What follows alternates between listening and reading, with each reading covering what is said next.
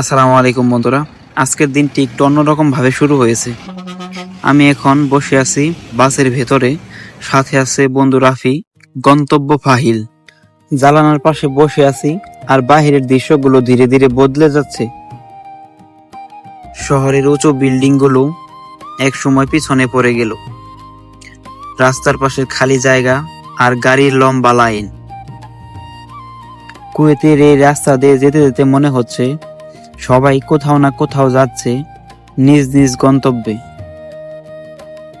বাসের ভিতরে হালকা নীরবতা, কেউ মোবাইল দেখছে, কেউ জানালা দিয়ে বাহিরে তাকিয়ে আছে। আর আমি ভাবতেছি এই ছোট ছোট জার্নিগুলোই জীবনের বড় স্মৃতি হয়ে যায়। বাহিরের এই সুন্দর দৃশ্য দেখতে দেখতে আমি এখন চলে এসেছি ফাহিল। তো আমি যাব এখন ফাহিল সি সাইড। তো আমাদেরকে একটু সামনে যেতে হবে। ফাইনালি বন্ধুরা চলে এসেছি ফাহিল সি সাইড। আজকের আকাশটা অনেক সুন্দর। এইখানকার ভিউটা দেখেন, মনেই হচ্ছে না এটা কুয়েত, মনে হচ্ছে ইউরোপের কোনো শহর। তবে না বন্ধুরা, এটা কুয়েতের ভিতরেই, কুয়েতের শহর থেকে একটু দূরে অনেক সুন্দর একটি জায়গা। এখানে দেখেন কত সুন্দর একটি ঝর্ণা। ধীরে ধীরে যতই সামনে যাচ্ছি আমার মনেই হচ্ছে না যে এটা কুয়েতের ভিতরে, মনে হচ্ছে ইউরোপের একটা ছোট্ট শহর। তো আমরা যাচ্ছি, এখানে আমার বন্ধু এবং একটি বড় ভাই একসাথে যাচ্ছি আমরা।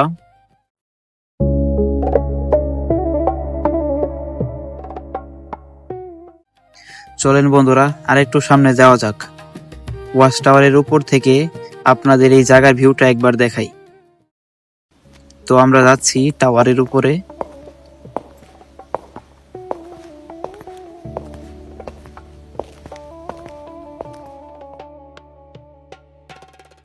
তো আমি চলে এসেছি এখন টাওয়ারের উপরে।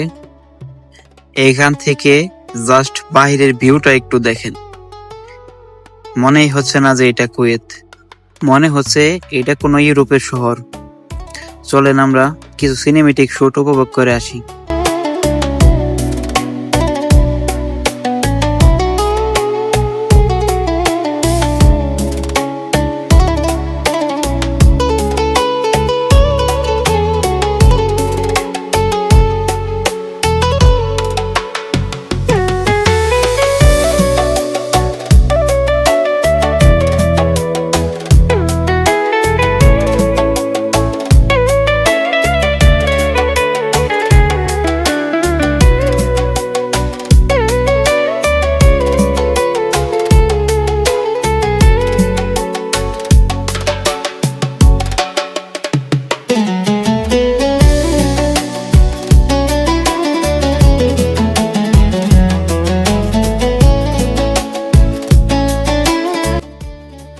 এখান থেকে এই ভিউগুলো একবার দেখেন, কত সুন্দর দেখা যাইতেছে, মনে হইতেছে ইউরোপের কোন শহর।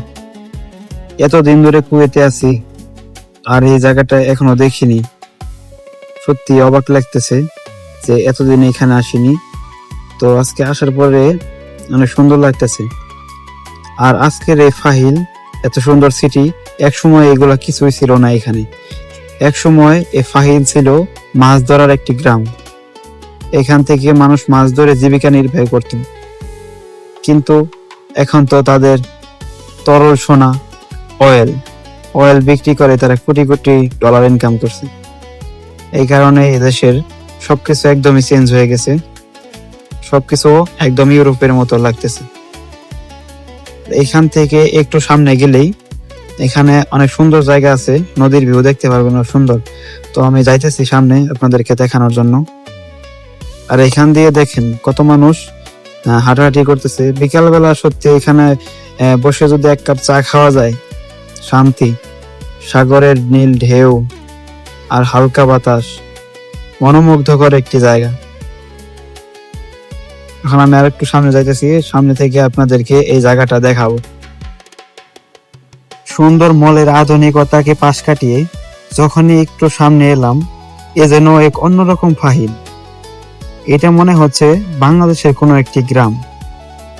সুন্দর সবুজ, চারপাশে কত মানুষ ঘোরাফেরা করতেছে।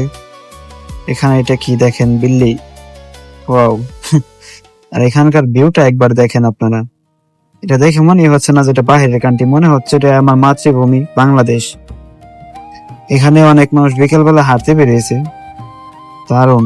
চাইলে আপনারাও আসতে পারেন, যারা কুয়েতের ভিতরে আছেন তারা অবশ্য আপনারা এই জায়গাটা চিনবেন।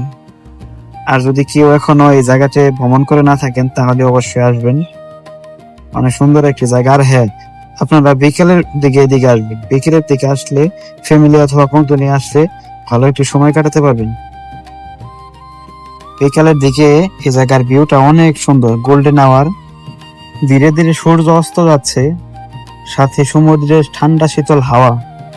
এখানে যদি সারাদিনের ক্লান্তি শেষে কিছু সময় কাটানো যায়, সত্যি আপনার মন ভালো করে দিবে। এই জায়গাটা যারা এখন আসেননি তারা অবশ্যই আসবেন। আর কুয়েতের ভিতরে যারা আছেন তারা তো অবশ্যই আসবেন। এখানে দেখেন একটি পুরোনো নৌকা যাইতেছেও, বাংলাদেশের মতো লাগতেছে আমার। এখানে অনেক মানুষ ফ্যামিলি নিয়ে আসছে, সময় কাটাতেছে। ও আমরাও আসছি এখানে। এদের বাচ্চাদের দেখেন, ওদের সাথে অনেক সময় কাটালাম, আমরা অনেক মজা করলাম এই বাচ্চাগুলোর সাথে। আপনারা এখানে একা আসবেন না, ফ্যামিলি অথবা বন্ধু নিয়ে আসবেন, তাহলে আশা করি সুন্দর একটি বৈকাল উপভোগ করতে পারবেন। তো এই ছিল আজকের ভিডিও। যদি ভিডিওটা ভালো লেগে থাকে লাইক, কমেন্ট, শেয়ার, সাবস্ক্রাইব